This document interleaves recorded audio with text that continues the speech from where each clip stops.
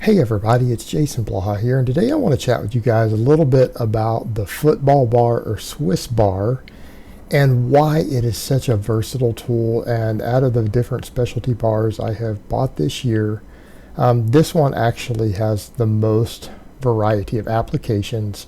And we're not even just going to get into shoulder health for pressing because I'm not doing any bench pressing here yet with it and not even demonstrating any of that on camera, but that's normally what most people get one for because it makes a lot of sense, but I'm not even going to go there. Let's talk about overhead pressing. Let's talk about back work. Let's talk about arm work of what this bar brings to the table. And you know, a lot of people out there will talk about needing variety in exercises and working different angles and avoiding overuse. A tool like this is absolutely massive for doing that, at least for the upper body. Right? It's massive for doing that. And I think that's what people need to understand is that when you have access to a variety of bars and you start having chains and bands and stuff, you have access to way more than what people have in a lot of commercial gyms when you think about it, even with all the machines and dumbbells and cables, because you can actually do more things with these as far as the actual reasons people have those. So you take the overhead press, and one of the things I noted to people is that it forces you into a more laid back position at the bottom. Now you have to do that anyways with a barbell, but by forcing that, what does it do? It requires you to use even more upper chest on an overhead press than you might normally do. All right, this makes it almost a replacement for a lot of your incline work. You're still getting all the benefits of a standing press, but it forces you into a position to where you have to bring the center of gravity further forward. You have to lay back more. Therefore, you get more upper chest involved. Well, people will say, well, what does that do? Couldn't that be harder on certain things? Yeah, in theory, but because it forces you into a neutral grip, the further forward angle doesn't put your shoulders into the same compromised position that it would be if the bar is out in front of you, right? So people who lay back like on a seated press in a Smith machine, they're destroying their shoulders. But because it forces you to lay back and into that neutral grip, it gives you a lot more chest, upper chest, and tricep activation getting the weight started, but it's still the same shoulder exercise you're getting on the overhead press. Now, the downside might be that for some people, it might force you to use less weight through the top of it, right? It might force you to, depending upon the person, what's going on, how strict you're starting. You know, there's a lot of factors there. It's arguable. But in terms of giving you a lot of versatility, it brings a lot of versatility there, and it's very easy on your shoulders. And that's the important point there as far as the shoulder joint health. It's very easy on them. So then we come over to stuff like all the back work. All right, I'm doing my chest supported rows here. Then I'm going to do pull-ups next, just demonstrating stuff from some recent training clips. Well, it gives you a neutral grip. Well, most of the data that we have on neutral grip, in many cases, the neutral grip on a lot of these pulls does what? Gives you more bicep activation than a full pronated grip does. But it's safe on the tendon. This is one reason the neutral grip pull-up is so popular, is because it doesn't cause the same tendon inflammation that an underhand grip chin-up does, right? Which is a problem. There's a problem with too many chin-ups, and unfortunately I found that the hard way. And once you're over 40, lifts like that can be a problem. They can really be a problem on your tendons. And it's unavoidable sometimes. This lets you avoid it because we're putting things into that hammer grip, that neutral grip. It takes the inflammation off the tendon, but you go look at a lot of the EMG data, a lot of these weighted exercises that are using this grip actually hit your biceps a lot harder. And in some cases, you can use more weight. So if you can use more weight and the bicep gets hit even harder, what happens? It's better overall development. And let's look at something like rows. Let's look at stuff like the pull-ups with it. All right, with the rows, what's going on here? I have a variety of grips. I can do them narrow or wide. I can rotate through them. All right, you can rotate through them based upon your overuse. Because that's one of the perks with the multi-grip bar for those is that we can go narrow, we can go wide, we can go medium. We can change these grips based upon overuse, based upon our needs, because this is something that a lot of advanced lifters know. This is the only reason a lot of these smaller exercises even exist, right? Hopefully people know that. There's a reason dumbbells and stuff exist. One, they let you, again, avoid some overuse injuries with this exercise variation. right? That's the biggest one. Number two, sometimes they increase range of motion.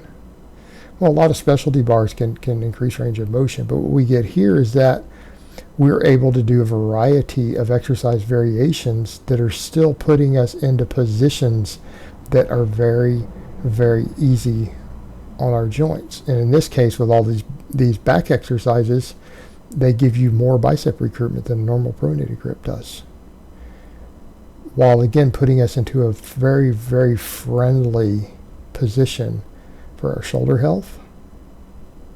Right? It allows us to tuck more on a lot of these, but that tuck allows us to do a tuck without, again, the rotation of the shoulder. The same things we're concerned with the bench press. If you look at some of the pulls, we can get the same benefit, and that allows us, again, bring the elbows further forward without having the same issues with shoulder rotation that we might be concerned about for inflammation, overuse, these things. But it's also easier on your tendons and your biceps. Right? It brings a lot to the table. And some of the EMG data even, which isn't always the be-all end-all, I want to make that clear, oftentimes shows that it actually is very effective. It's just as good as a chin-up for things like the bicep. Right? Even on the pull-up. So again, it brings some different variations to the table that we may not get always with a traditional barbell. Then we come over to stuff like triceps. All right, what's one of the things we know about dumbbell tricep extensions? Why are they popular in certain powerlifting circles? Because most powerlifters train their triceps more than, say, bodybuilders do. A lot of people are not aware of that, because most powerlifters train their biceps less than bodybuilders who train our triceps more. Our triceps tend to get very beat up. We do large amounts of training volume with triceps. But when you do versions that take you to a neutral grip, like with a dumbbell, it causes less tendonitis in the tendons down by the elbow, right? Your lower tricep insertions. It lets you do more training volume with less tendonitis, less elbow pain. That usually gets blamed on bench pressing and bench lockouts, but that's actually not true. Locking out on a bench press is perfectly fine. Even with maxes for your elbows, it's your tricep exercises that cause it. All right, that gets largely eliminated when we use tricep extensions with dumbbells. Well, doesn't this give us the same thing? It does.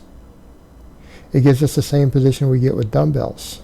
However, it allows us to use a slightly heavier weight because we're not spending as much effort stabilizing each side. And that stabilizing, believe it or not, can cause imbalances. A lot of people don't realize that. They think, oh, if I use a dumbbell for these, it'll give better left to right imbalances. Well, not always, because if you're fighting more stability problems, you may not get as even of loading. So you might create a larger left to right imbalance. All right, with this, because now your position apart is locked, it can correct that. And then what else? It gives us the option to use other variable resistance. How about, again, chains? How about bands? Because we now have a barbell, it's much, much easier to hook chains onto it, because all of our chains are usually set up to hook onto barbells easily. So it allows us to use contrast weight, accommodating resistance, to adjust our strength curve, because we're usually a lot weaker at that stretch position at the bottom of a tricep extension, and we're stronger at the lockout. Usually much stronger. So again, you can run chain weight where you have 30, 40, 50 pounds, 60 pounds difference between the top and the bottom. Very easy to do on a barbell. Couldn't you do the same thing with a hammer curl? Again, why are hammer curls popular? They work more parts of the arm than just the bicep, right? They work the brachialis, the radial brachialis, the forearms, all these things. They work it very effectively. We can do our hammer curls the same way. We can do those with these. And even if you need to change a different grip width, again, you've got different grip positions. But what's one of the things we run into at various curls like that? We usually know that there's a lot more peak tension at the top, and in fact, some of the data out there shows that there's no hypertrophic benefit on a lot of forms of curls on the eccentric portion beyond the first couple of inches. Some people don't know that. So if you were to actually do just heavy eccentrics and only start at the half position and lower it, the bicep activation is actually almost non-existent on any form of curl. You've got a bar like that, you can hook chains up and do the same thing. You can adjust the strength curve based upon what we know happens with muscle activation. So even for little smaller things like for your triceps or your biceps, this bar brings a lot to the table. And again, it does so in a way that it can be very easy on your elbow tendons, can be easy on your shoulder joints. It is a tool that lets you get a lot of exercise variation. It will let you get away with more training volumes without beating up your joints as badly. And if you can train more with less problems with joint inflammation, tendon inflammation, things like that, we can get bigger and stronger faster. All right, guys, so that's really all I have to say on that today. I hope it's been informative, and I will talk to you guys next time.